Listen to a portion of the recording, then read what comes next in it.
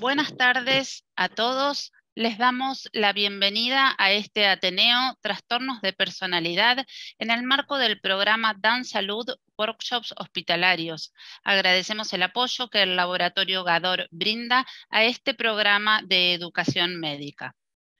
Podrán realizarse preguntas durante toda la presentación a través del chat, seleccionando al participante denominado preguntas. Las mismas serán respondidas al finalizar la presentación. Ante alguna consulta técnica, por favor, contactarse a través del chat seleccionando al participante asistencia técnica. Al comenzar la presentación, inhabilitaremos todos los micrófonos y cámaras a fin de minimizar posibles ruidos e interferencias. Los mismos serán habilitados para el momento del intercambio.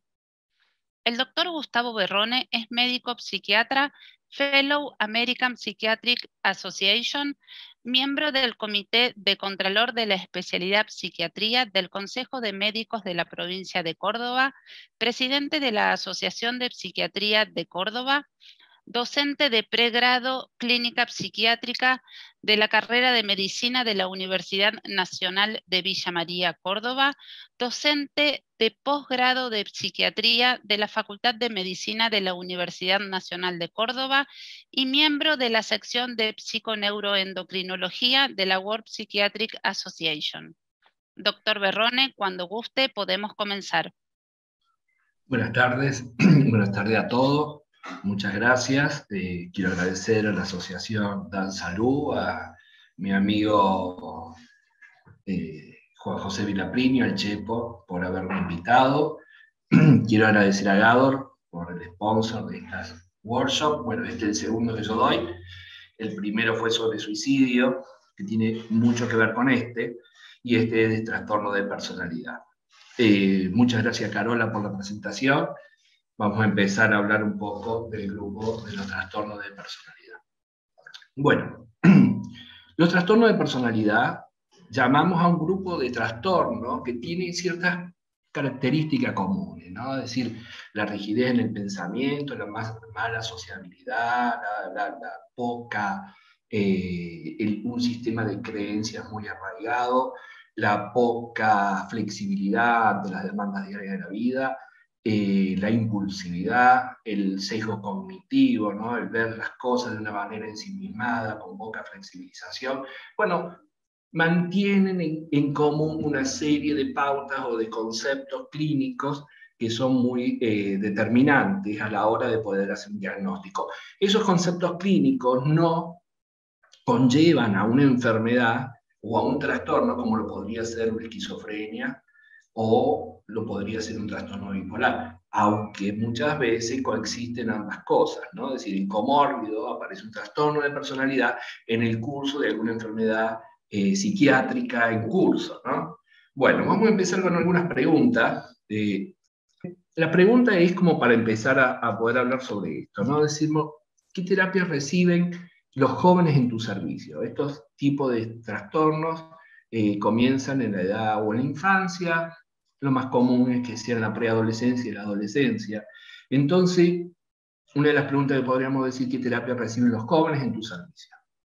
Y la segunda pregunta sería, ¿cómo se forman los médicos para tratar este tipo de pacientes? Digo médico en manera general, aunque también podemos hablar del equipo de salud mental, cómo se están formando nuestros psicólogos, cómo se están formando los psicólogos especialistas en familia, cómo nos preparamos nosotros para poder abordar y darle soluciones a este tipo de pacientes.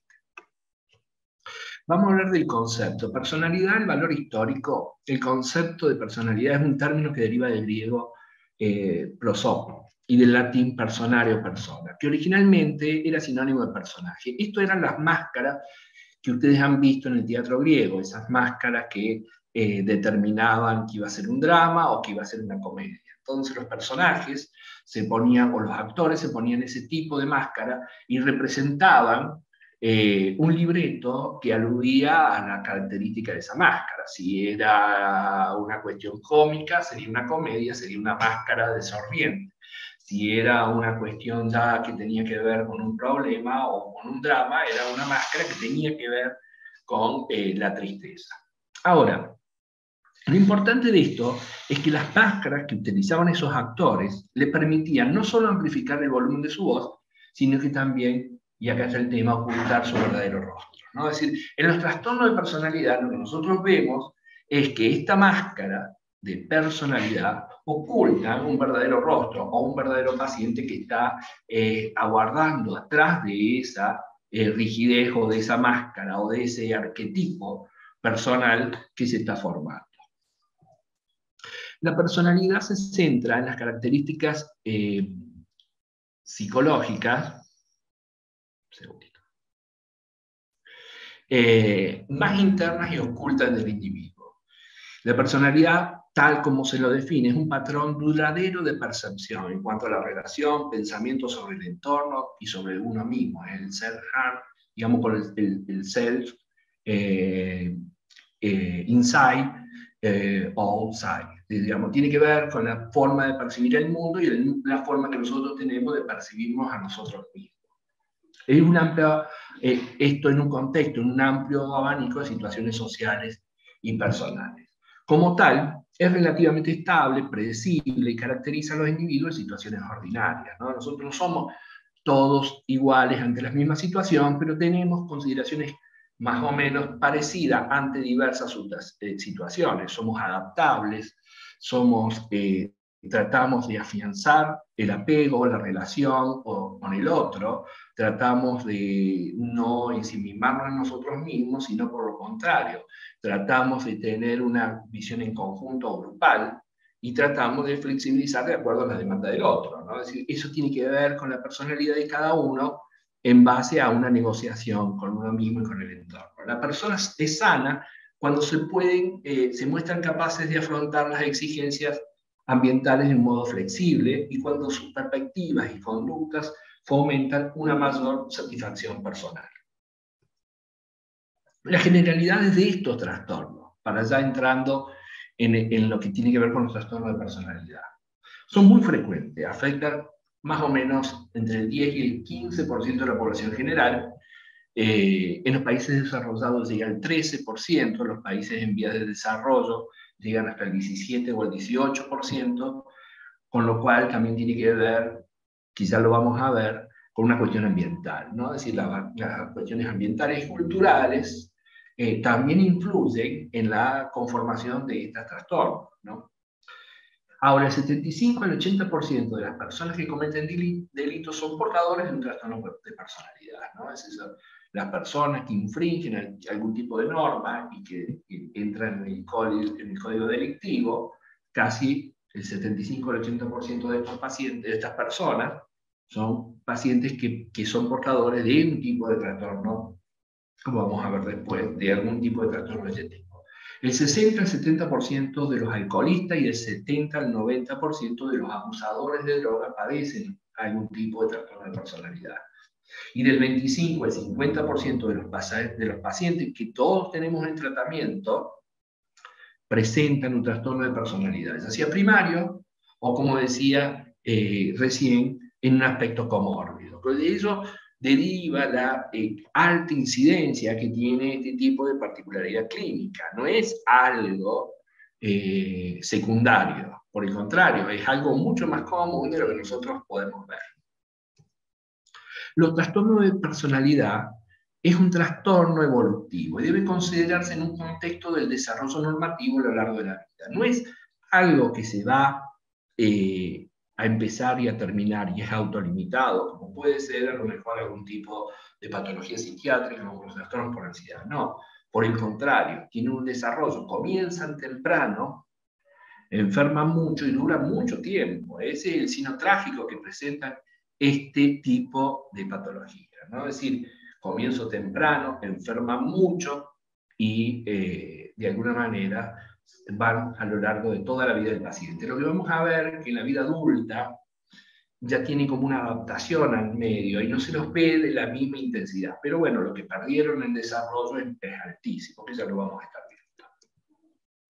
¿Qué son los trastornos de personalidad? Son una estructura de personalidad que impide lograr soluciones adaptativas a la demanda diaria de la vida, ¿no? Estos pacientes carecen de representaciones estables e integrativas de uno mismo y de los demás. y presentan incapacidad para intimar o incapacidad para el apego, la afinidad, el comportamiento prosocial y las relaciones de cooperación. Son pacientes que presentan un patrón de mala adaptación. Esta mala adaptación tienen sesgos cognitivos, o sea, tienen sesgos que tienen que ver con el pensamiento, tienen sesgo que tiene que ver con los sentimientos, sobre todo la ira y la impulsividad, tienen sesgo que tiene que ver con el comportamiento, con lo cual son la transgresión o la poca flexibilidad, y él también tiene el sesgo que tiene que ver con la relación consigo mismo y con los demás, como lo habíamos visto recién. Esto es evidente en la adolescencia y generalmente se vuelve más obvia a partir de la pubertad. En el sistema de servicios de salud, que es lo que nosotros vamos a ver, a menudo existe una cultura de rechazo al tratamiento de esta patología. ¿Por qué? Porque no son pacientes fáciles, porque hay una rigidez en el cuadro, porque hay una poca empatía, porque hay una agresividad subyacente, porque presentan una rigidez tal que prácticamente parecen ser inaccesibles. Y lo que es peor, digamos, si nosotros los comparamos con el neuroticismo clásico, en el neuroticismo decía Andrea López Mata el otro día, es como una chincha en el zapato, solamente lo vive el paciente y lo manifiesta a través de la angustia. En el caso de estos pacientes que presentan trastorno de personalidad, es todo lo contrario, lo vive el paciente, pero la angustia la tiene el resto, ¿no? Es decir, ellos infligen angustia al resto, ¿no? Es decir, si bien ellos son los padecientes, en realidad digamos, el costo intangible, que sea la angustia, o el maltrato, lo recibe el resto, ¿no? Es decir, esta es la característica esencial. Estos pacientes carecen de culpa, estos pacientes parece que tienen niveles desadaptativos, migran con mucha frecuencia entre la idealización y por otro lado la denigración en el mismo momento, digamos, sin que haya ningún factor externo que logre padecer esto, ¿no? Ese ciclo de la visión de ellos hacia el resto, en la idealización no tiene un patrón coherente, ni tampoco tiene un patrón coherente la denigración en el mismo momento de los mismos que habían idealizado después o antes, ¿no? Pero bueno, son características particulares de este tipo de pacientes. Ahora, estos pacientes aprenden formas desadaptativas de buscar ayuda. Ahora, lo particular es que el sistema de salud, está casi diseñado para enseñar a las personas a buscar ayuda de manera adaptativa, ¿no? Es decir, cuando uno busca ayuda, se adapta a las normas que le impone el medio. Digamos, si uno necesita un tratamiento, ¿qué hace? Solicita un turno, espera en la sala de espera, abona la consulta, ¿no? Ingresa y saluda, tiene buenos modales, y por otro lado acepta de alguna manera las intervenciones del terapeuta. Ahora, estos tipos de pacientes es todo lo contrario, ¿no? Es decir, no son pacientes que sean adaptables a un modelo que nosotros tenemos de enseñanza, que es un modelo totalmente contrario, que es la adaptación y la aceptación de las normas o las reglas que están impuestas en cualquier lugar. Ahora, estos pacientes no gestionan las tareas de la vida en ninguna etapa del desarrollo, ni de niño, ni de preadolescente, ni de adolescente, ni de adulto. Esta disrupción aparece como un común denominador en todas las etapas de la vida. Este fallo adaptativo interrumpe el desarrollo de las personas, interrumpe un mayor desarrollo y fomenta círculos viciosos que están impidiendo el funcionamiento de roles ya deteriorados en un individuo con trastorno de personalidad. Ahora, perjudica el funcionamiento del rol adulto. El trastorno límite de la personalidad, que es uno de los trastornos en menores de 18 años, predice problemas a largo plazo en el funcionamiento interpersonal, en la vocación y sobre todo en la finanza. Cuando nosotros vamos a agrupar el DSM-4, trató de alguna manera de englobarlo de acuerdo a características más o menos particulares en cuanto a la clínica, más fina. Esta forma que encontró el DSM-4 lo engrupa en 3 grupos. El primero le llaman clúster A o grupo A. Son sujetos que son manifestadamente raros o excéntricos. Pertenecen en mayor o menor grado a la denominado espectro de la esquizofrenia. Pueden ser, no son pacientes psicóticos, ¿no? Pero sí tienen ciertas características parecidas, pero no de una manera tal como si fuera una esquizofrenia paranoide. Pero bueno, tienen rasgos paranoides o esquizoides o esquizotípicos, ¿no? Es decir, tienen pobre sociabilidad, tienen rumias, tienen pensamientos rígidos, tienen poca flexibilidad, tienen pensamientos o regulaciones automáticas, son esquivos, ¿no? Tienen cierto parámetro que haría pensar en un rasgo de personalidad, pero que no es una enfermedad per se como es la enfermedad como la esquizofrenia. El grupo B son los dramáticos emocionales o inestables, son los conocedores de buscadores de novedades, tienen que ver con el reward, tienen que ver con la recompensa, son los transgresores, son los impulsivos, son los que se llenan de ira, son los que tienen problemas legales, son los golpeadores, son pacientes que no acatan orden y límites, son los disruptivos, son, ¿no? Es decir, tienen esa rigidez que están sesgados por la violencia y por la inestabilidad afectiva, ¿no?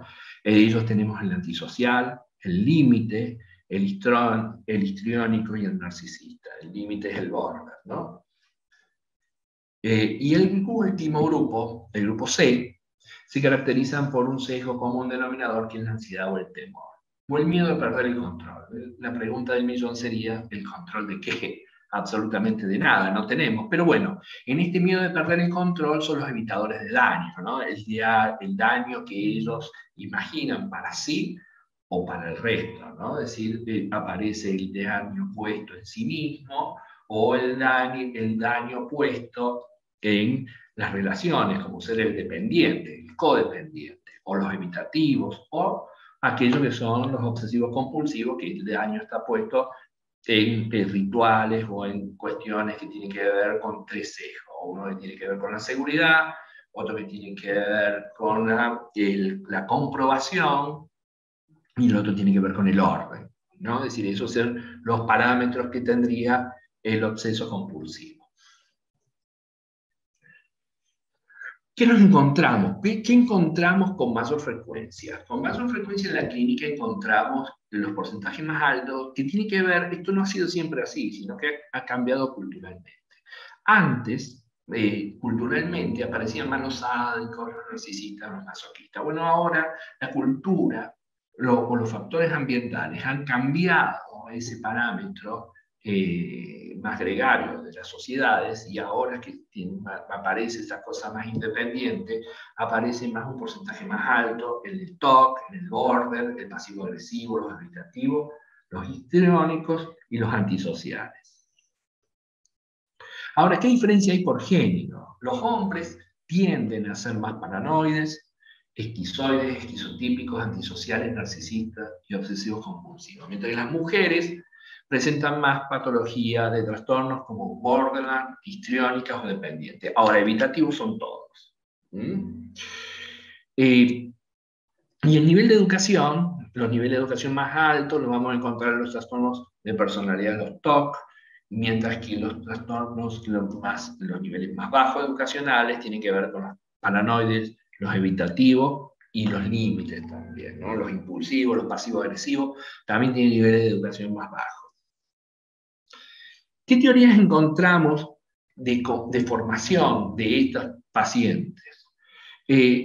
Hasta 1980 la teoría que primaba tenía que ver con la teoría del trauma infantil. Estos pacientes eran así, o son así, a causa de teorías de trauma, lo que llamábamos los procesos traumáticos tempranos, cuando nosotros veíamos la otra vez los pacientes que hacían self-harm, que hacían autolesiones, o los pacientes que se suicidaban, presentaban un alto, hasta el 50% de estos pacientes presentaban traumas de abuso o historias de abuso infantil. También aparece la misma hipótesis que habíamos hablado la otra vez, que tiene que ver con algo que se llama malos tratos. Los malos tratos tenía que ver ya sea malos tratos a nivel alimenticio o malos tratos a nivel social.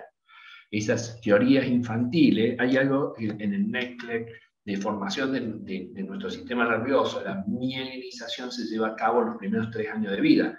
Entonces, todos los procesos estresantes que tienen que ver con el aumento del cortisol a nivel infantil producen mala mielinización, sobre todo a donde el lóbulo frontal. Esta patología tiene que ver específicamente en la interacción del sistema límbico y del lóbulo frontal. El sistema límbico que genera la inestabilidad emocional y el lóbulo frontal que no lo puede estabilizar y por otro lado no puede generar, por un lado, el control de los impulsos, ni tampoco puede generar un control de la adversidad que viene del medio. Pero bueno, esta teoría funcionó bastante bien en la década del 80. Luego, en la década del 90 aparecieron teorías multifactoriales. Acá ya empezaban a describir interacciones entre el proceso estresante, pero también la diátesis, la génesis de este proceso estresante. Ahí se empezaron a describir teorías como o empezaron a investigar estructura como tenía que ver con la cognición o el apego, ¿no? Es decir, aquellas que tenían que ver con las células, las neuronas en espejo de Damasio, o la emoción, que tenía que ver con el sistema límbico, o el trauma, o el contexto social. Ahora, no fue hasta más o menos el 2004 donde Martha Linehan genera una teoría, la teoría biosocial. Si nosotros vemos en la terapéutica en cuanto a las teorías, esto arranca más o menos en la década del 60, con la primera ola, y que tenía que ver con aquellas teorías terapéuticas de los promulgados de Lorenz, ¿no? Es decir, una acción, una reacción, una cuestión de imitación y reacción. En la década del 70, la segunda ola, tiene que ver con las teorías cognitivas, ¿no? Y por eso vemos acá en los 90 esta teoría de la cognición, el conocer, el seguir, la conducta aprendida, ¿no? Y Linehan, en la teoría biosocial, lo que empieza a instaurar es la base a las teorías más novedosas que aparecen ahora en la actualidad. ¿Cuál es? Esto tiene que ver con algo que se llama natura, nurtura y conundrum. La natura, nurtura y conundrum es la interacción de lo genético y lo ambiental, ¿no? Yo lo había puesto en una diapositiva la otra vez y decía, por ejemplo, mala genética, mala vida, comienzo temprano, muchas probabilidades de una enfermedad psiquiátrica. Mala genética, buena vida, menos posibilidades de una enfermedad psiquiátrica. Ahora, buena genética, buena vida, casi no hay problema de tener una enfermedad psiquiátrica. Pero bueno, entonces aparece en el primer lineamiento la genética. La genética, nosotros hablamos del temperamento, los factores temperamentales son genéticas, son componentes hereditarios. ¿Y qué heredan estos pacientes? Una alta sensibilidad a los estímulos, sobre todo los negativos, tiene un sesgo negativo, una respuesta de altísima intensidad y un lento retorno a la calma, ¿no? ¿Y qué pasa con el ambiente? ¿Qué pasa con esto de la mala vida? El ambiente se transforma en un ambiente invalidante, rechaza las respuestas del individuo, las respuestas normales del individuo las invalida, refuerza intermitentes las escalas emocionales y sobre todo sobresimplifica el conflicto. ¿Cómo sería esto? Yo le voy a poner un ejemplo. El niño, la madre está cambiando al niño en la cama y en un momento ella hace una mala maniobra del niño y el niño cae al piso. Entonces el niño tiene una reacción normal que es el llanto producido por el dolor y el susto sobre todo. Entonces la madre lo invalida y le dice, no pasó nada, no, a ver, callate, ¿no? A ver, maricón, callate un poco, a ver, vení, no te quiero hablar, basta. Entonces lo invalida. En este lento aprendizaje, el niño no reconoce cuál es la reacción normal ante el estímulo, sobre todo los recursos emocionales, ¿no? Es decir, esta sería una de las bases que propone Linehan en el desarrollo de este tipo de enfermedades de la personalidad, ¿no? Es decir, no reconoce la manera de sentir o de percibir, sobre todo, esta cuestión que tiene que ver con lo interno, que son las emociones, y tampoco con lo externo, que tiene que ver con el riesgo. Ahora, hace muy poco, en el 2017-2018, Catherine Whisper hace un eje conceptual, digamos, un diagrama conceptual un poco más grande o más ampliado.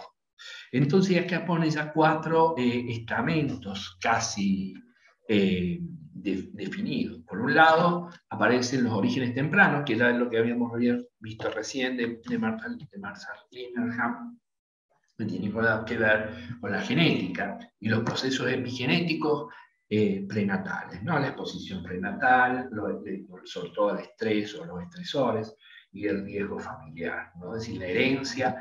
Fíjese que hasta hace muy poco pensábamos que los psicópatas no presentaban una estructura heredable. Nosotros pensábamos que no tenían un patrón de herencia, que los psicópatas no tenían hijos psicópatas. Bueno, ahora estamos viendo que sí tiene un patrón genético, se ha descubierto sobre todo en los pacientes impulsivos que tienen un linaje genético, ¿no? Sobre todo cuando lo habíamos descrito la otra vez, no sé si se acuerdan, en estos pacientes que tenían que ver con el suicidio, ¿no? Los que se cortaban o los suicidas tenían un linaje genético y tenían que ver también con esa personalidad genética, ¿no? Es decir, no solo en las enfermedades como la esquizofrenia, el trastorno bipolar o las depresiones, sino también en el sesgo de la personalidad. La biología, a eso le vamos a poner en los orígenes tempranos la biología psicosocial, el temperamento infantil, la corregulación insuficiente y la deficiente comunicación social. Ahí a eso le vamos a poner también la situación de abuso o de pobre cuidado, que era lo que estábamos viendo recién, ¿no? Es decir, el hipercuidado o el abuso o el pobre cuidado, ¿no? Entonces, lo que encontramos acá es un patrón que tiene que ver con la impulsividad, ¿no? Es decir, esto va a generar un temperamento impulsivo en estos niños y que tiene que ver con la impulsividad, netamente tiene que ver con un rasgo de vulnerabilidad, ¿no? Es decir, entendemos la impulsividad como un rasgo de vulnerabilidad, ¿no? Luego encontramos los mecanismos básicos que habíamos visto recién, que es el déficit en la condición social, las rumias y la hipermentalización, ¿no? Es decir, lo que se da en este proceso básico es la activación o las fallas en una área o en una vía neuronal, en una red neuronal que se llama red de Folk.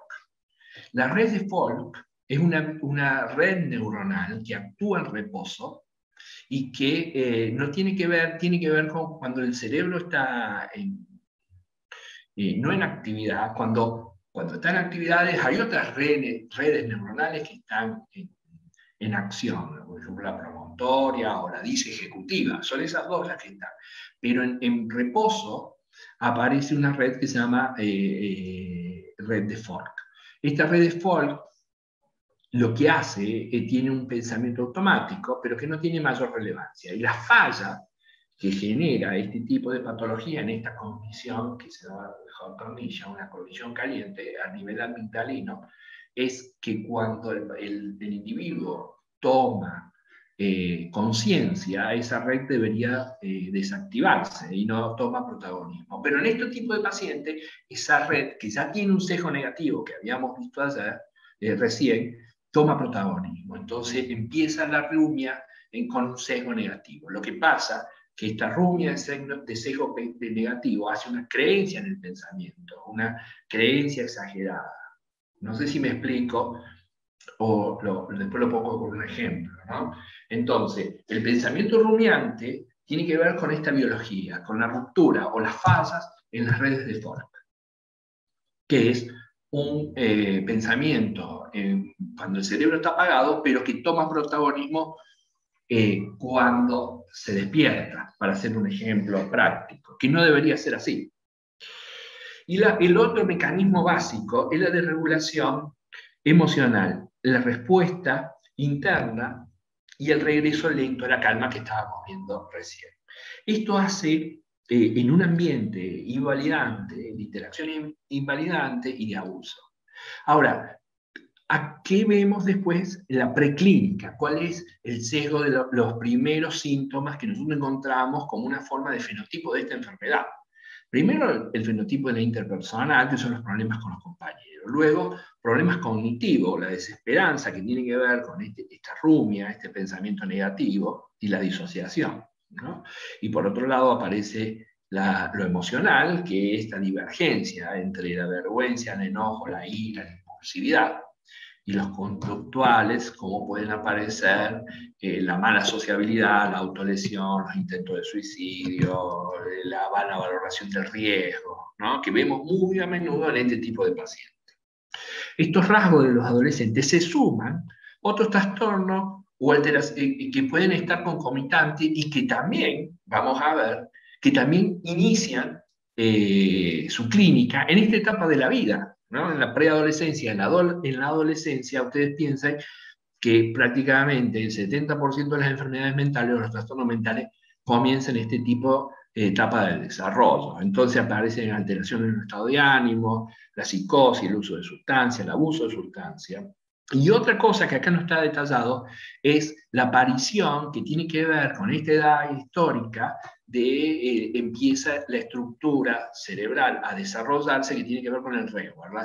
Las vías neuronales que tienen que ver con la recompensa se desarrollan prácticamente a esta edad. Entonces, entre la búsqueda de satisfacción y de recompensa y en esta clínica que venimos más o menos desglosando, aparecen los desórdenes límite de personalidad, ¿no? Ahora, ¿cómo describimos el trastorno de personalidad en 2021, este año? ¿Qué aprendimos nosotros en 30 años de conocimiento?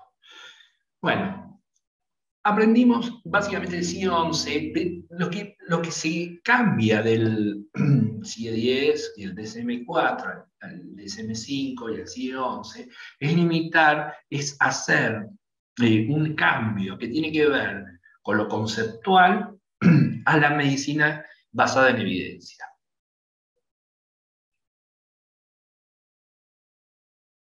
¿Cómo es eso?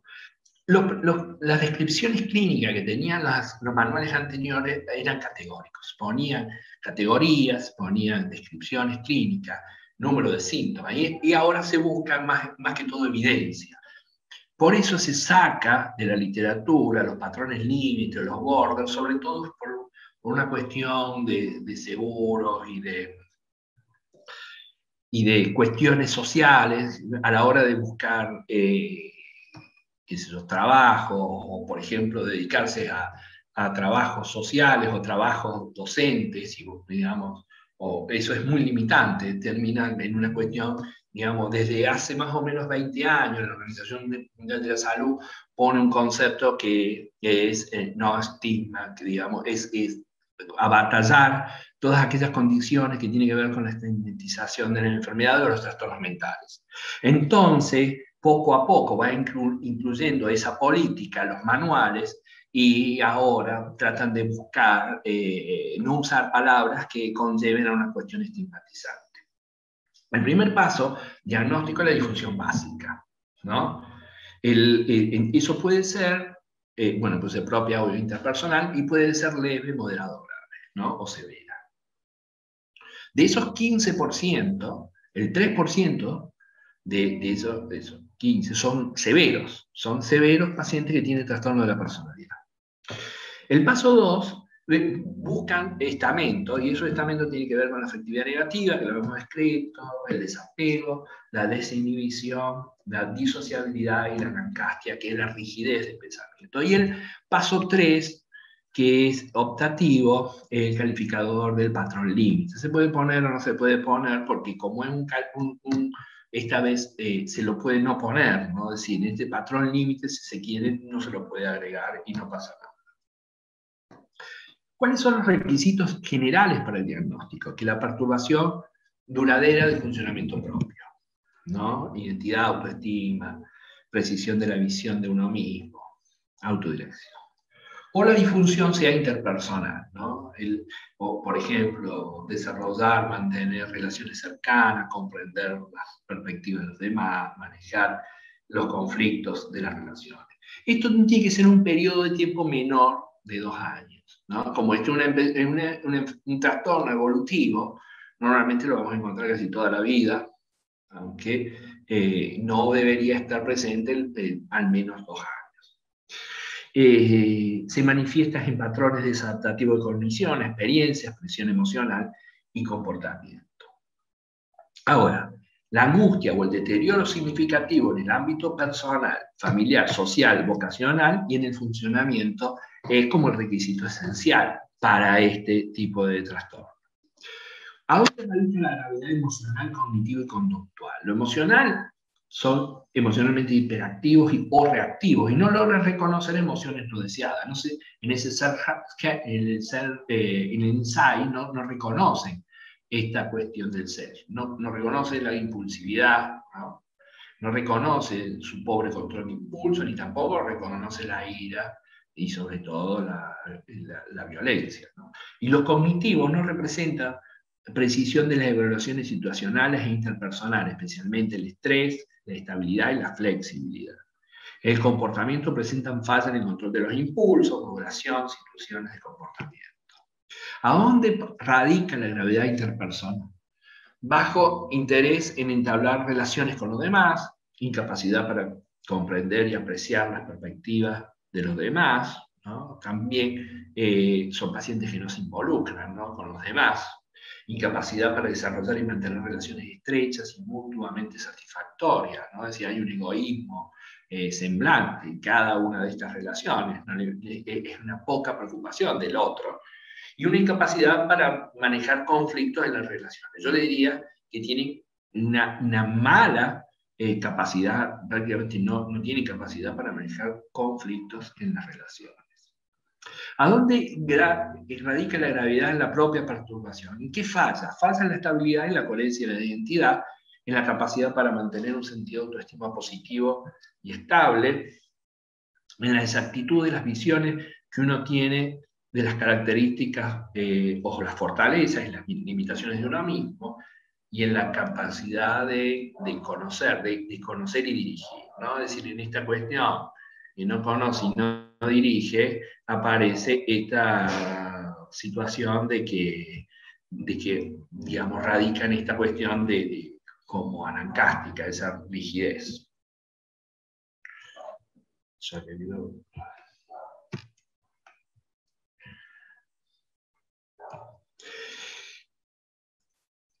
bien, perdón. Cuando nosotros ya pensando en la terapéutica o en la respuesta que le damos en las intervenciones o lo que nosotros encontramos clínicamente, ya pensando, saliendo de la clínica, hay un alto costo en las intervenciones tardías, ¿no? ¿Dónde está radicado el alto costo de las intervenciones tardías? El deterioro funcional y las complicaciones iatrogénicas ya están muy arraigadas, ¿no? Es decir, ya el paciente logra, digamos, esto, no somos tan creativos, nosotros aprendemos una forma y la repetimos, ¿no? Es decir, estas máscaras, una vez que están arraigadas, presentan mayor dificultad a la hora de cambiarlas, ¿no? Es decir, se retroalimentan, presentan también mecanismos de regulación o mecanismos de defensa propios y que son invalidantes para el paciente, no puede pensar de otra manera. Tiene una eficacia limitada en los tratamientos, especialmente sobre los resultados funcionales, y la alta tasa de suicidio, y sobre todo también la alta tasa de pacientes con problemas sociales, jurídicos, legales, que aparecen en este tipo de pacientes, ¿no? Es decir, ustedes piensen que de los pacientes suicidas, casi el 90% presenta un trastorno de personalidad previo, ¿no? Y que muchos de ellos se presentan con anterioridad en las autolesiones o en los malos tratos y demás. El retraso en el diagnóstico es potencialmente dañino, sí, porque disminuye las probabilidades de una intervención adecuada, mayor probabilidad de una intervención inadecuada o dañina, farmacoterapias inadecuadas, sobre todo polifarmacias, o no reconocer los valores, las cuestiones de riesgo, excesivo uso de benzodiazepina, donde el paciente luego inicia un periplo de intoxicaciones o de intentos de suicidio con psicofármacos, ¿no? Que es muy común, que nosotros lo vemos a diario, ¿no? Paciente que se le ha dado de una manera para calmar la ansiedad o para mitigar algunos síntomas y después encontramos que están en el desborde del uso de psicofármacos que los usan a su antojo, ¿no? Ahora, la intervención tardía parece ser que la rutina es lo que más encontramos nosotros cuando hacemos estadística. Encontramos que no solamente en Argentina, sino en el mundo, las intervenciones tardías parece ser el común denominador. ¿A dónde radica esto? Son diagnósticos retrasados, al final del curso de un diagnóstico, de un trastorno, tratamientos ofrecidos a regañadientes, pocos pacientes que buscan ayuda, sin coordinación con los sistemas de salud, poca coordinación entre los sistemas operativos, por ejemplo, el que hace familia con el terapeuta del paciente o con el farmacólogo. Ya los pacientes presentan una discapacidad arraigada, un enfoque excesivo en psicoterapias individuales como una única forma de tratamiento, sobre todo psicoterapias individuales analíticas que nosotros vemos que tienen pobres respuestas, ¿no? Las psicoterapias psicodinámicas, sobre todo la freudiana, la lacaniana, tiene pobres respuestas en estos pacientes y muchos prejuicios ya arraigados en el sistema de salud. Ahora, los sistemas de salud, sobre todo los hospitales o los sistemas que no se dedican a este tipo de paciente en especial, generan ya características comunes. Estas características comunes, hay una cultura de rechazo. Esto conlleva a lo que estábamos hablando recién del estigma, ¿no? La cultura de rechazo estigmatiza a una patología, no entendiéndola como un trastorno o como una patología, sino por el contrario, digamos, expidiéndose de una manera prejuiciosa sobre la cuestión de la toma de valor, digamos, son malos, son personas, digamos, toman una cuestión que es antagónica con el paciente, que obviamente no lo va a ayudar mucho tener ese prejuicio a la hora de entablar una relación con un paciente. Si uno empieza a tratar a un paciente y ya de antemano ya tiene un prejuicio preformado en base a, no sé, a tu vivencia personal o a la inexperiencia o al desconocimiento de la enfermedad, ya ahí hay un problema que no le va a solucionar mucho la vida al paciente. La otra es la tendencia a simplificar o a la discriminación, ¿no? Es decir, simplificamos, no, bueno, ya es así, no lo va a cambiar, ¿no? Aparece esto, que yo digo un suave prejuicio a las bajas expectativas. Son difíciles, no cambian, hay un montón de terapias, pero la verdad es que no hay estudios estadísticos de que realmente funcionen, o son caras, o nosotros no lo hacemos.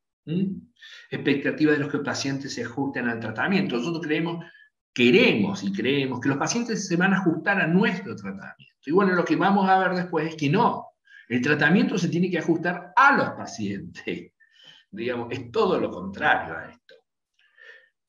La otra cuestión, que es un error, es que familias y parejas a menudo son marginales o marginadas del tratamiento. No se los incluye, se los estigmatiza, o lo que es peor, este chico es culpa de la madre, o culpa del padre, o culpa, ¿no? Es decir, entonces encontramos grupos de familiares o parejas que a menudo, cuando vienen, es más, lo común es que cuando vienen los grupos familiares, vienen ya esperando que uno los culpe por los problemas del hijo, ¿no? Es decir, es lo que nosotros vemos cuando vemos este tipo de pacientes y convocamos a la familia, ya ellos solos ya asumen de que alguna culpa tuvieron en que el hijo padezca este trastorno. ¿Qué vemos en la actualidad nosotros ahora en los sistemas que ofrecemos a estos pacientes? Una disponibilidad limitada de los tratamientos en los servicios públicos. Digamos, los hospitales especializados prácticamente brindan pocos tratamientos a este tipo de pacientes, ¿no? Los hospitales públicos brindan pocos tratamientos. Los servicios, por ejemplo, ahora que estamos transcurriendo la ley de salud mental, donde los hospitales psiquiátricos se están disminuyendo o están anulados, aparece servicios de salud mental en hospitales públicos, pequeños servicios, abarrotados de pacientes con millones de problemas, más los de interconsulta del mismo hospital. Entonces estos pacientes que requieren un tratamiento específico se ven afuera de esta posibilidad. Por eso aparece el acceso fortuito. No todos tienen un tratamiento. Algunos que lo pueden pagar de manera privada sí lo tienen, porque hay, y son muy efectivos, pero la mayoría no entra en estos regímenes, ¿no? Aquellos consumidores de drogas que entran en tratamientos rígidos, pero se tienen que adaptar ellos, estos consumidores de drogas, al tratamiento rígido, que es, por ejemplo, los lugares estos, digamos, los centros que tratan los problemas de personalidad conjuntamente con las adicciones, y que son granjas y que ellos tienen que adaptar a ese tratamiento que por demás también es sumamente largo, ¿no? No es algo de una intervención rápida. Existen los que tienen pobre coordinación y pobre supervisación con las distintas áreas, tienen un enfoque excesivo en la psicoterapia individual como única forma de tratamiento. En nivel privado, las tarifas por servicio son altas y muchos pacientes no pueden acceder. ¿Cuál es el umbral de intervención? El umbral sería la mala calidad de vida, muchos síntomas y angustia, uso elevado de servicios de salud mental y sociales, pobre funcionamiento, diagnósticos arbitrarios, y en el momento en que se logra el alta, ya se ha producido gran parte del daño que produce este trastorno de personalidad. Son pacientes que presentan una discapacidad manifiesta porque ya la evolución de la enfermedad se llevó muchos años. Si uno ve el sesgo productivo de un paciente, la curva de crecimiento, si uno calcula la curva de crecimiento hipotética para un paciente de acuerdo a las posibilidades de vida, el ambiente, este tipo de pacientes, en esa curva, tienen un 40% menos de desarrollo que los compañeros que han tenido la misma vida y que no han padecido este tipo de enfermedad o de trastorno, ¿no? Es decir, cuando uno lo ve, sí, al principio no se despega tanto, pero cuando ya pasan 5 o 10 años, ese 40% en el sesgo de pérdida es altísimo. ¿Cuáles son los objetivos de la intervención? La característica de los trastornos de personalidad naturalmente mejora con el tiempo. Naturalmente mejoran. Es lo que nosotros decimos. En realidad se socializan, pero lleno de síntomas. No es que desaparece, pero las diferencias persisten en el funcionamiento, lo social y lo vocacional. Digamos, no es lo mismo encontrar un paciente border a los 20 años que a los 60. Sí, está adaptado al medio. Pero las deficiencias las tiene, ¿no? Es decir, durante décadas y muchos después de las características diagnósticas hayan mermado en comparación con otros trastornos psiquiátricos, los trastornos de personalidad tienen un 32% menos de probabilidades de estar en un trabajo o en la educación después de 9 años de evolución, ¿no? Es decir, 1 de cada 3 ya no va a estar en un trabajo, no tiene posibilidad de trabajo ni de educación después de 9 años de tratamiento. Los resultados interpersonales y vocacionales a menudo se relacionan con las características del trastorno de personalidad, pero equidistan mucho del desarrollo potencial del paciente. Es lo que yo recién explicaba en esta curva de crecimiento, ¿no? Es decir, si vos agarras adolescentes en edad de secundario y grupos de adolescentes con las mismas oportunidades de vida, este tipo de pacientes a la entrada de la vida adulta, o más o menos cuando ya están desarrolladas sus profesiones, alrededor de los 25 o 30 años, estos pacientes están en mucho inferior posibilidades de insertarse, de crecimiento, que aquellos pacientes, aquellas personas que no padecen ese tipo de trastorno. Ahora, los adolescentes y jóvenes adultos con trastorno de personalidad son más similares las similitudes que la diferencia. Las similitudes sustanciales en la naturaleza y la gravedad de los problemas, por ejemplo, diagnósticos concurrentes, el uso de sustancias, los intentos de suicidio, el mal funcionamiento, baja calidad de vida. Cuando uno ve este tipo de pacientes, la mayoría presentan este tipo de características. ¿A dónde radica la diferencia? La diferencia radica en los tratamientos que han tenido. ¿Por qué? Por compromisos familiares diversos o aquellos que ya han entrado en el sesgo de las autolesiones y el suicidio, ¿no? Los trastornos de personalidad en adultos jóvenes se predice al no lograr los hitos apropiados para su edad, la falta de compromiso vocacional y de la regulación emocional. Lo vamos a repetir hasta el cansancio. Hay un consenso, esto se hacen en el mundo, lo que se llama PAC4, son grupos de consenso. El más conocido es un grupo de consenso que se ha hecho hace poquísimos años, que tiene que ver con la conducta impulsiva.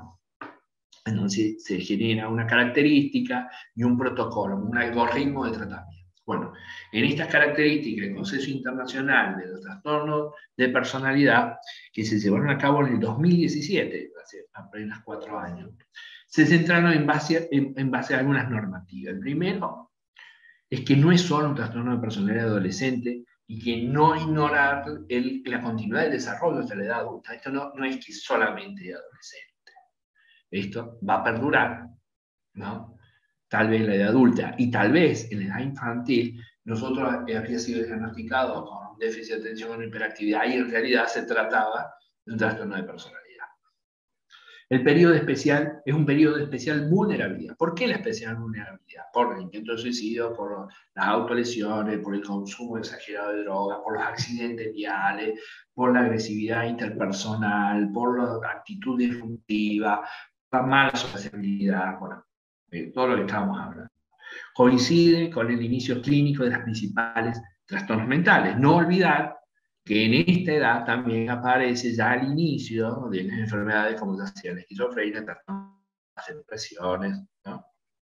No se puede tratar por separado de la aparición de otros problemas de salud mental, y la intervención temprana es fundamental para la salud mental de estos jóvenes. Este es el consenso.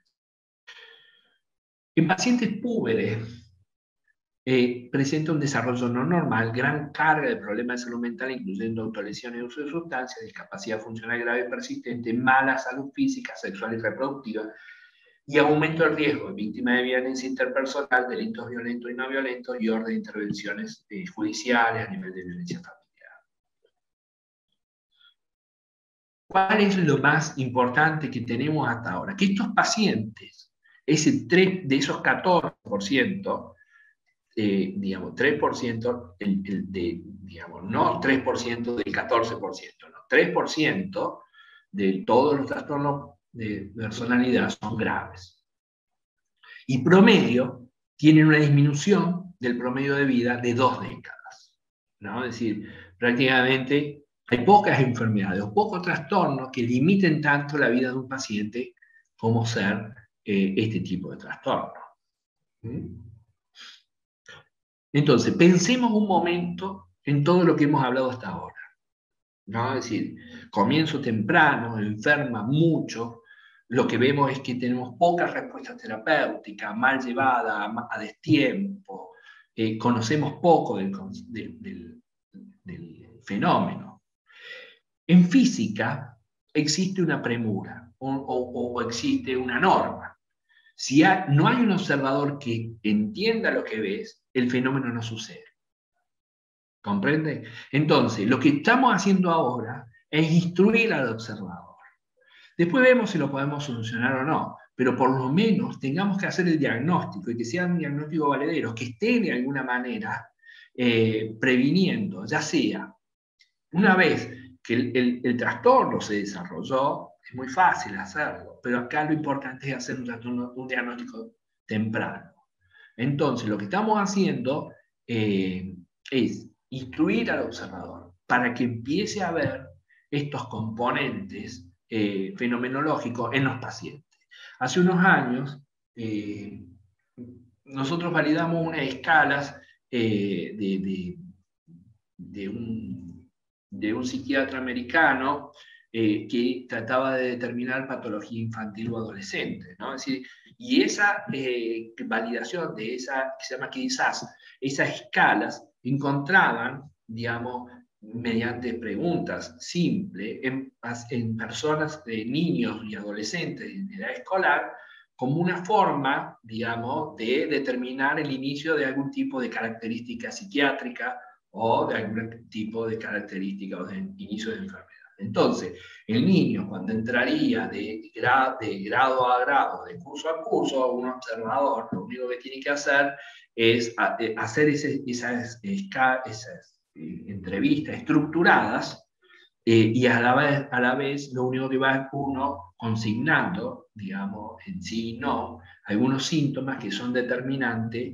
como el inicio de una enfermedad, una posible enfermedad o posible trastorno, ¿no? Es decir, entonces, ese era un programa de entrenamiento de observador. Pero bueno, en algún momento lo vamos a poder instaurar, pero lo que sí ahora estamos viendo es eso, llamar, digamos, vertir conocimiento sobre lo que está sucediendo o subyacente en algunos pacientes nuestros y que hasta ahora no lo hemos podido ver, o lo vimos, pero no lo hemos tratado, ¿no? ¿Por qué intervención? ¿Por qué la prevención e intervención temprana? Porque el trastorno límite es grave y la personalidad describe un grupo de alto riesgo de malos resultados de vida. Aquellos que cuidan a jóvenes con trastorno de la personalidad reportan mayores experiencias negativas de cuidados y experiencias menos gratificantes, junto con niveles más altos de emoción expresada que los cuidadores de jóvenes, aún con psicosis en el primer episodio. Genera un estigma, problemas en los servicios, efectos en la familia, pérdida y dependencia y automisión y sobre todo suicidio, ¿no? El 90% de los suicidas tiene un trastorno de la personalidad. Cuando nosotros pensamos en los tratamientos, uso acá de manera de como graficar los jabones, ¿no? Los jabones para la ropa, ¿no? Es decir, ¿cómo son los jabones para la ropa? Los jabones para la ropa es una sustancia que nos van a permitir una acción, pero muchos presentan un alto marketing, ¿no? Es decir, igual los tratamientos, muchos de estos tratamientos tienen poca aval científico, pero tienen mucho marketing. Entonces, a la hora de conocer, cuando nosotros intentamos buscar algún tipo de tratamientos que tenga que ver con una evidencia científica, pero que sea comprobable en estudio en cuanto a la efectividad de estos tratamientos, que de hecho siguen saliendo, digamos, año a año nuevos perfiles de tratamiento para este tipo de pacientes. Voy a diagramar algunos nomás. ¿Cómo podemos intervenir en la escala de requerimiento de estos trastornos? ¿Cómo se puede adaptar el sistema de salud a las necesidades de las personas con estos trastornos? Tiene que ser una intervención temprana, preguntarles a ellos las metas, no las nuestras. El programa tiene que tener una gestión de crisis, tenemos que saber qué hacer en la crisis. Las terapias analíticas cognitivas tienen que ser cortas, porque estos pacientes no tienen la perseverancia ni tampoco tienen la atención que uno ve en nuestros pacientes. Tiene que involucrar a los familiares, pero no a la familia, sino a la familia en el sentido amplio del término. En las familias ensambladas, a sus hermanos ensamblados, a los vecinos, a los abuelos, al tutor, al maestro, digamos, al que ha tenido algún tipo de interacción con el joven, digamos, y que ha tenido un rol familiar o de consejero. Y de ser posible también involucrar a sus amigos, que en los grupos normalmente vamos a encontrar otros amigos que también tienen trastorno de personalidad, ¿no? Es decir, el principal objetivo es mejorar el funcionamiento, reducir la psicopatología y la angustia y promover la búsqueda de una ayuda adaptativa. En la década del 60 se empieza la segunda ola, aparecen las terapias conductistas. ¿Cuál era el género, digamos, cuál era el objetivo? Era identificar y cambiar las creencias fundamentales de los comportamientos subyacentes a la percepción equivocada de sí mismo y de otro, y así como los problemas de las interacciones con los demás. Hay un aforismo de la terapia conductista que alude a la puerta de Efésor, que tiene escrito una frase: conócete a ti mismo. Entonces, la base de la terapia conductista es eso, el conocimiento de sí mismo, ¿no? Es decir, y ahí conocer las debilidades, las fortalezas, digamos, tener una acción dirigida en base a un objetivo, en base a lo cognitivo, y no la acción dirigida a un objetivo en base a lo emotivo, ¿no? Estos pacientes tienden a tener una acción, a un objetivo en base a lo emotivo, ¿no? Solo tiene que ver con esta cosa de sesgo emocional. había unos estamentos que tenían que ver con el acorralamiento, las consecuencias y la confrontación, ¿no? Es decir, eso serían las formas terapéuticas. Y la otra es el inicio de las terapias conductuales o conductistas con la firma de un consentimiento, ¿no? Es decir, uno le propone al paciente un consentimiento donde lo tiene que firmar. Ahora, si se niega el tratamiento, tiene que firmar un consentimiento que se niega el tratamiento. Entonces, ¿cuál es el problema? ¿O a dónde radica la cuestión? Por ejemplo, en algunos países desarrollados, como Estados Unidos, el paciente, al haber cometido alguna transgresión o, por ejemplo, haber manejado alcoholizado o haber producido un accidente y cuando se le hace el screening a la hora de entrar a un servicio judicial, en el screening psicológico aparece que tiene un trastorno de la personalidad, se le propone al paciente iniciar un tratamiento. Tiene que firmar el consentimiento, tiene que aceptar el inicio y tiene que dar fe de ese proceso, digamos, tiene que llevar certificados casi semanales o mensuales de la evolución de ese proceso. Nosotros también lo hacemos, ojo, muchos pacientes que tienen alguna actividad transgresora, sobre todo familiar o social, el juez también lo hace. Ahora, el paciente tiene que firmar un consentimiento, pero también si firma que no quiere hacer el tratamiento, el proceso sigue de manera judicial. No es un atenuante.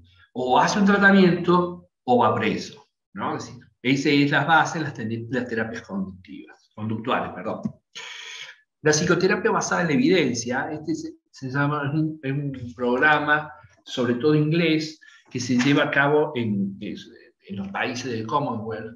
Se llama HYPE, que Helping Young People digamos, sería la traducción tratamiento temprano en pacientes jóvenes, básicamente así.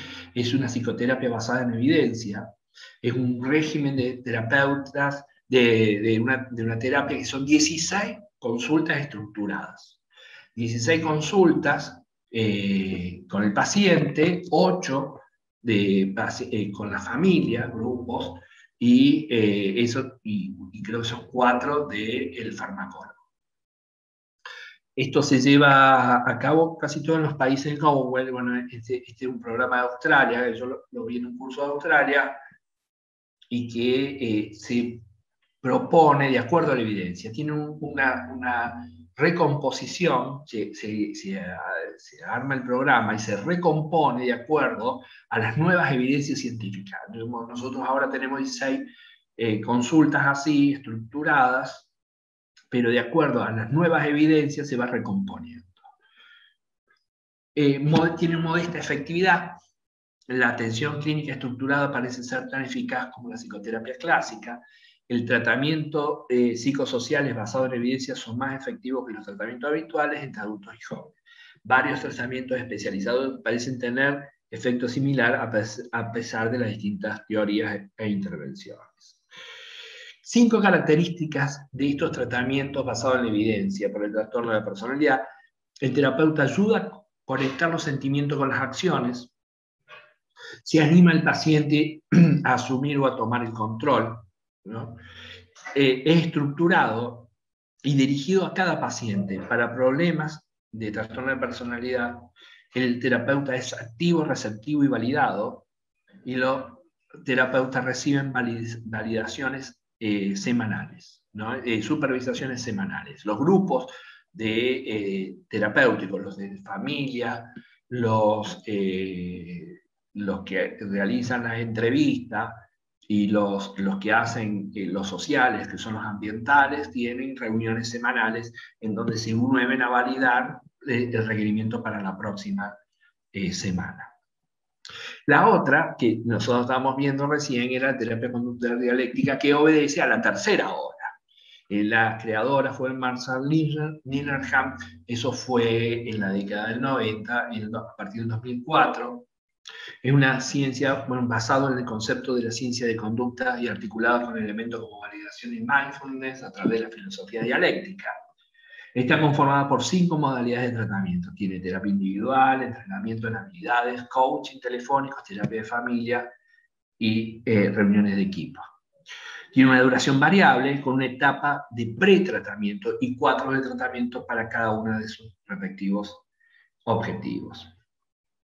La etapa de tratamiento de la terapia conductual dialéctica aparece primero el pretratamiento, que tiene que ver con la evaluación, la orientación. Y después la primera etapa tiene 4 metas, ¿no? Es decir, bueno, reducir, eliminar la conducta, reducir o eliminar las conductas que interfieren en el afrontamiento, bueno, los confrontamientos. Y después vienen 3 etapas más, que son reducir los trastornos del eje 1, las emociones no deseadas, la evitación experimental, ayuda a construir una vida propia y pasa de las sensaciones de sentirse vacío a sentirse completo. Son las 4 etapas de este tratamiento. ¿Qué sabemos de la psicofarmacoterapia? La psicofarmacoterapia no sería una indicación de primer orden, sino es coadyuvante, porque la psicofarmacoterapia tiene que estar más enfocada a los síndromes que están aconteciendo a la par de este trastorno, ¿no? Es decir, a las enfermedades comórbidas. Se tiene que tratar los trastornos, como por ejemplo los trastornos bipolares, o los trastornos psicóticos, o las depresiones, pero no tiene que estar enfocada al trastorno de la personalidad. Reducción o preservación de prescriptores inadecuadas o analina, digamos, reducir sobre todo el uso de benzodiazepina, ¿no? Es decir, ahora, ustedes me preguntan, ¿sí? ¿Indican benzodiazepina? Sí, indicamos benzodiazepina a estos pacientes. Lo único que lo hacemos a regañadientes, lo hacemos en una negociación con el paciente, porque el paciente que ve otros tratamientos, cuando hace grupos, que ve otros pacientes que reciben benzodiazepinas y los otros le manifiestan el beneplácito, la benzodiazepina, sobre todo a los 45 minutos, a la hora que tiene ese piquito de placer, el paciente te los pide. Entonces, uno empieza en la cuestión de negociación con el paciente, decirle que, bueno, que uno no va a hacer nada que no consideremos que sea inadecuado para él, ¿no? Es decir, es un primer precepto. Yo no voy a hacer nada que considero que sea inadecuado. Considero que sí tenés ansiedad, pero considero que a lo mejor nos va a llevar 10 días para controlar esa ansiedad. Entonces, el uso de benzodiazepina solamente lo vamos a dar esos 10 días, hasta que actúe otro fármaco, ya sea el antidepresivo, ya sea el estabilizador, ¿no? Entonces, llevamos en esta cuestión en una negociación, digamos, involucrando al paciente en el uso de algún tipo de medicamento que él lo pide sin saber, no tiene por qué saber de farmacología. No es un tratamiento primario, ya lo habíamos dicho, tratamientos de síndrome concurrente, enfoque relacional que lo estamos viendo, metas claras y colaborativas y que se revisan con el paciente, y el equilibrio de necesidades las muestra y las nuestra y los de ellos. ¿Qué necesito yo y qué necesitan ellos, ¿no? Ustedes piensen que la mayoría de los fármacos psiquiátricos tienen 2 intercurrencias negativas, ¿no? Es decir, que nos hacen fracasar terapéuticamente. Una intercurrencia negativa tiene que ver con el sobrepeso. Digamos, la mayoría de nuestros fármacos, queremos o no decirlo, aumentan de peso. Los pacientes que consumen psicofármacos tienden a aumentar de peso. Hay muy pocos, y también es a revisar que no aumentan de peso. Y el otro, que también es una injerencia negativa, es que interfieren en la sexualidad, ¿no? Es decir, ya sea en esta cuestión de la sexualidad, interfieren en disminución del placer, o en los procesos, alargamiento de los procesos ejaculatorios, o en la disminución de la intensidad de los orgasmos.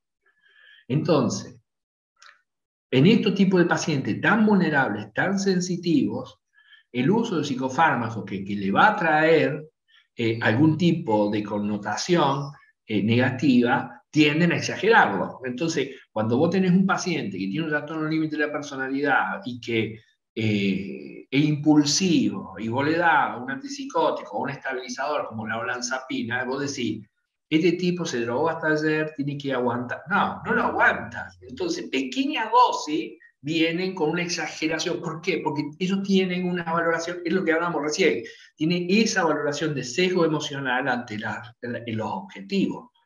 Entonces, vos decís, a ver, le di una dosis mínima y él me lo describe de una manera exagerada, pero bueno, porque la patología es así, ¿no? Entonces, ahí es donde el uso de la farmacoterapia tiene que ser el uso más que racional y sobre todo integrativo con el paciente. Uno le tiene que decir, esto puede hacer esto, pero necesitamos que en este plan, por ahora, no lo suspendas.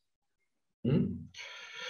Bueno, para ir terminando, una frase de Oscar Wilde: la señal de una personalidad perfecta no es la rebelión, sino la paz. Bueno, muchas gracias. Ahora vamos a ver el tema de las preguntas y vemos a ver qué...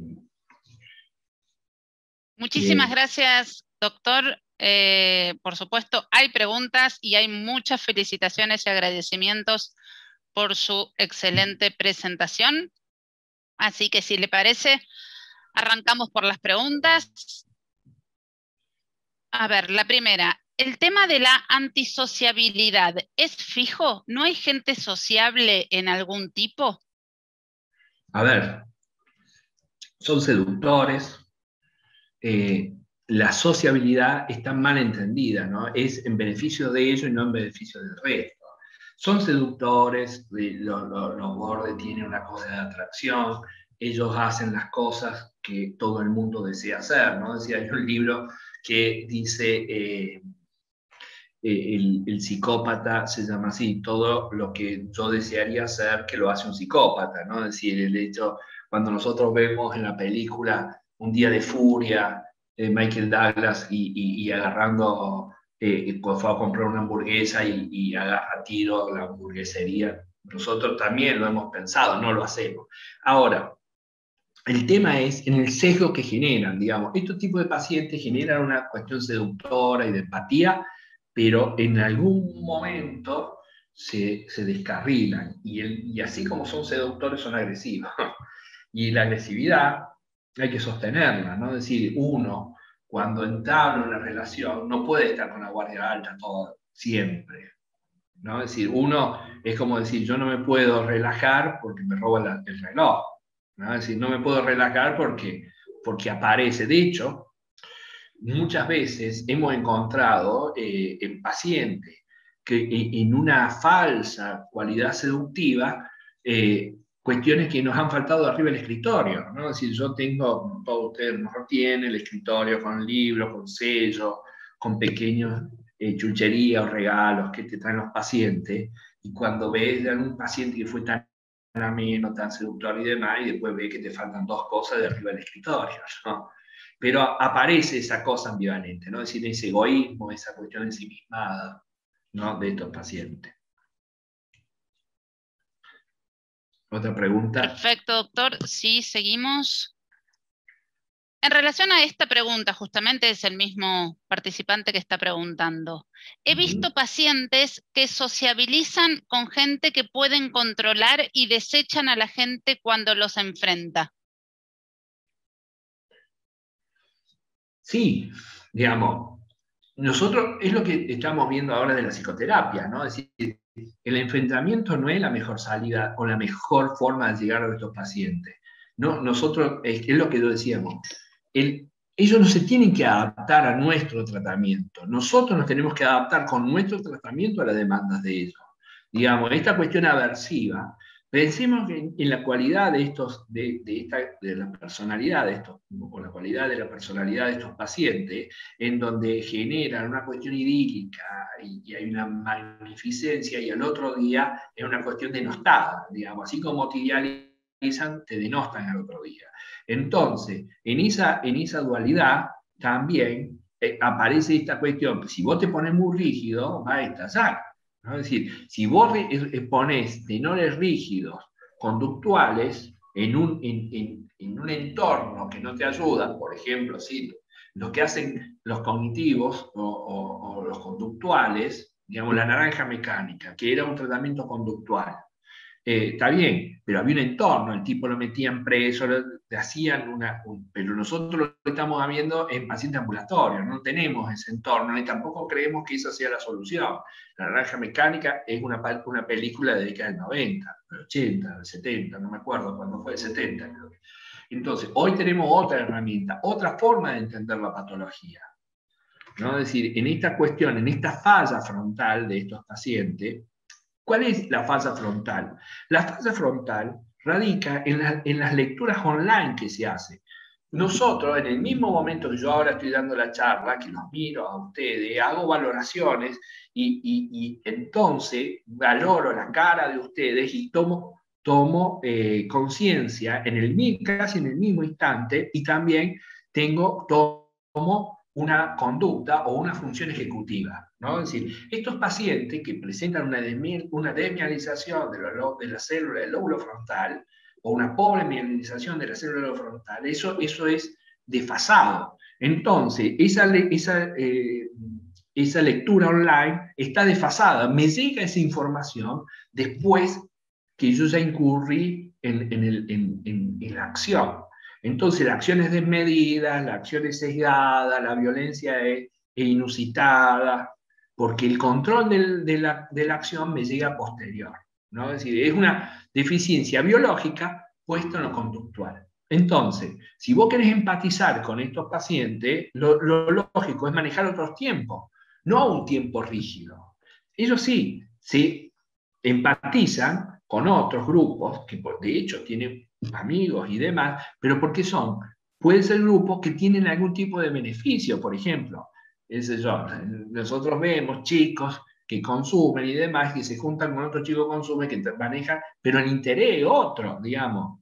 No es el interés humanitario que nosotros buscamos en las cuestiones, tal vez lo tengan como secundario, pero lo que los lleva ahí es otro interés. Perfecto, doctor, muchas gracias. ¿Cómo lograr adherencia al tratamiento cuando falta conciencia de enfermedad y se presenta resistencia a la toma de la medicación? Bueno, ahí está el tema. Ese es lo que nosotros hablábamos que era el valor de la familia, ¿no? Es decir, el valor, la toma de conciencia de enfermedad lo hacemos a través de la familia. Entonces, si no tenemos pacientes, pero tenemos familia, lo que hacemos es incorporar a los familiares, luego a los amigos, empezamos a trabajar en la toma de conocimiento de que esto es un trastorno, que tiene una base biológica, que no hay culpables en esto, que no existe una familia que quiera producir un daño en uno de sus integrantes. Al contrario, el grupo familiar, si bien puede ser un grupo familiar disruptivo, puede ser un grupo familiar carente de afectividad, de contención, puede ser ensamblado, puede tener un montón de dificultades, pero el fin último de la familia no es querer producir un daño en el individuo, en uno de sus integrantes. Entonces, es empezar a trabajar con eso, digamos, generar unas pautas claras como que son de psicoeducación, y por otro lado, generar unas pautas claras de cómo tratar a este tipo de pacientes, cómo tratar a un integrante de la familia que está cursando una enfermedad y que por ahora no sabe que está enfermo. Entonces, una vez que vos tenés grupo, en algún momento que ya incorpores a los hermanos, a los familiares, en algún momento, ya no sea simplemente de la curiosidad, el paciente va a entender que la familia lo está tratando distinto, ¿no? Es decir, aquellos incidentes que ocurrían de violencia intrafamiliar cada vez son menores. ¿Por qué? Porque la familia empieza a reconocer cualidades, entonces no los estimulan los incidentes. Empiezan a conocer patrones de comunicación que tiene el paciente, entonces los empieza a manejar o los empieza a modular o lo empieza a encaminar hacia un objetivo. Digamos, hay algo que se llama el case manager. El case manager es alguien de la familia o el amigo que toma la rienda y que dirige las acciones y que es coherente o consciente de un tratamiento paralelo. Entonces, de alguna manera, eso también es dinámico, también se puede cambiar el case manager. De alguna manera, tratar de interactuar con los familiares para que esa toma de decisiones o la toma de conocimiento o evite el daño, ¿no? Es decir, Por ejemplo, en pacientes que presentan patología de cortes o de autoagresión, ¿qué hacer en la crisis? Ese entrenamiento de que vos le planteás a la mamá de qué hacer en la crisis, por ejemplo, en la intervención en crisis aparece, se llama como la terapia de los 15 minutos, ¿no? Es decir, cómo estimular el apego, estimular la afectividad positiva, tratar de evitar el daño, estimular la confianza, ejercitar la actividad física intensa, ejercitar algunas técnicas de relajación, de contracción y de relajación muscular, ¿no? Es decir, poner, y después qué hacer en el día, cómo la madre puede ayudar a este paciente que está cursando esta enfermedad y todavía no lo tenemos como paciente. ¿Qué hacer en el día a día? Bueno, ¿qué hacer? Empezar a generar escala de valores, empezar a poner contrapartida al sesgo negativo, todos los días poner una frase de estímulo, ¿no? En las redes sociales donde la hija está, por ejemplo, una frase de estímulo o amor a la vida, ¿no? Es decir, uno va trabajando aún sin el paciente. Y cuando el paciente ingresa, bueno, ahí ingresa un programa. Yo trabajo en un consultorio, trabajo con psicólogas, no tenemos un programa estructurado. También es importante eso, uno saber con qué cuenta, entonces, y saber hasta qué punto de gravedad del paciente uno puede ayudar al paciente, ¿no? Si el paciente es grave, muy grave, no lo puedo intervenir yo, sino voy a requerir de una institución que esté preparado para eso y que tenga un programa de continencia más duradera, que son algún tipo de entrevista estructurada familiar y individual, ¿no?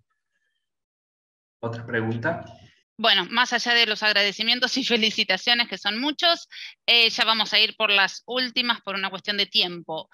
Muy buena exposición, gracias, doctor. ¿Todos los indicadores tienen que estar presentes para definir un trastorno de personalidad?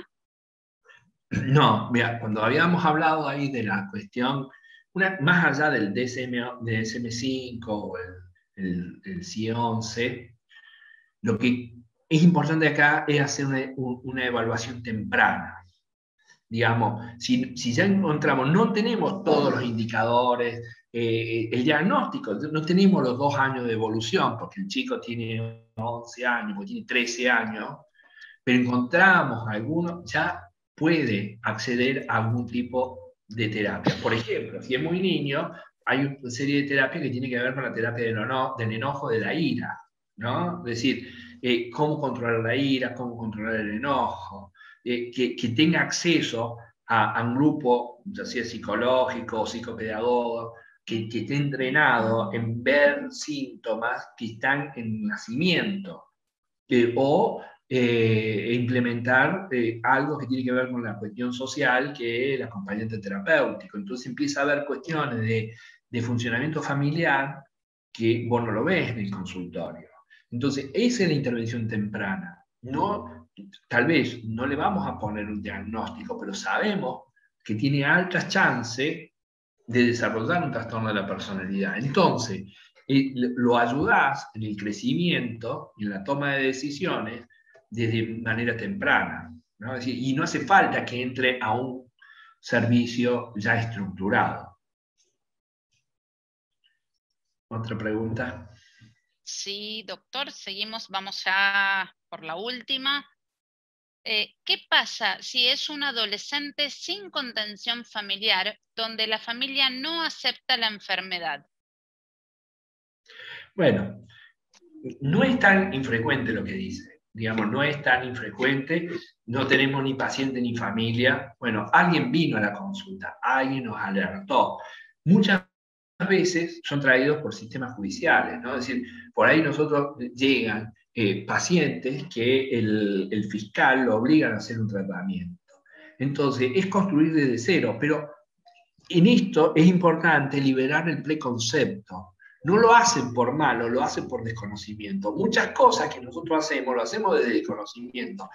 Entonces, muchas veces solamente haciendo psicoeducación, contándole cuáles son, de qué se trata esta enfermedad, cuáles son los riesgos, qué es lo que nosotros vemos en la vida adulta, qué se pierden de vivir, qué, digamos, muchas veces van como sembrando la duda o la curiosidad en diversos individuos de la familia, porque otra cosa que puede pasar es que los hermanos también vivan cosas similares, ¿no? Es decir, que no sepan cómo tratarlo y que tengan conductas evitativas. Entonces, eso ya abre la puerta de que en algún lugar podés entrar terapéuticamente.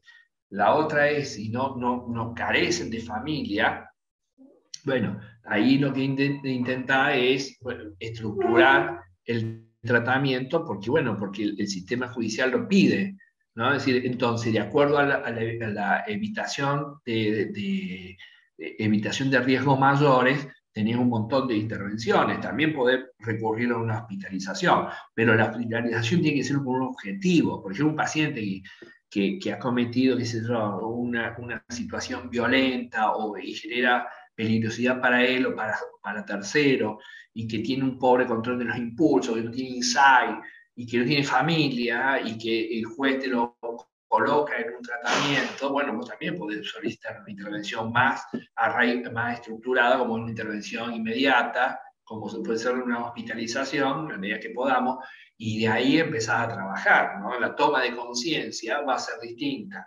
Ahora, la hospitalización tiene que ser con un fin muy particular, con una fecha de entrada y una fecha de salida. No puedes decir que voy a tener un mes, 2 meses, no, va a ir una semana, 3 días, 5 días, ¿no? Así como parte del contrato, ¿no? La toma de conciencia, no puedes tenerlo, porque si no es un castigo. Ahora, no sé si a usted le pasa lo mismo. A mí me pasa normalmente que yo hago psiquiatría ambulatoria, que paciente que lo interno lo pierdo, porque hay una falta de confianza, siente una traición el paciente que uno lo interna en eso. Pero bueno, hay todo un entendimiento, hay una manera de comunicarlo, una manera de hablarlo, una manera de poder plantearle como un paso imprescindible en el tratamiento. Bárbaro, doctor. Muchísimas gracias en primer lugar por su excelente disertación. Siguen llegando felicitaciones y agradecimientos. Y muchísimas gracias por las respuestas a todas estas preguntas. Vamos a cerrar entonces el espacio de preguntas y agradecemos nuevamente el apoyo del Laboratorio Gador, la asistencia de cada uno de los participantes y los invitamos a continuar participando del programa que se desarrollará durante el año. El próximo encuentro será el día 22 de julio a cargo del doctor Juan José Vilapriño, quien abordará la temática trastornos adictivos. Muchas gracias nuevamente, doctor Gustavo Berrone. Buenas noches para todos. Muchas gracias a todos. Buenas noches. Gracias.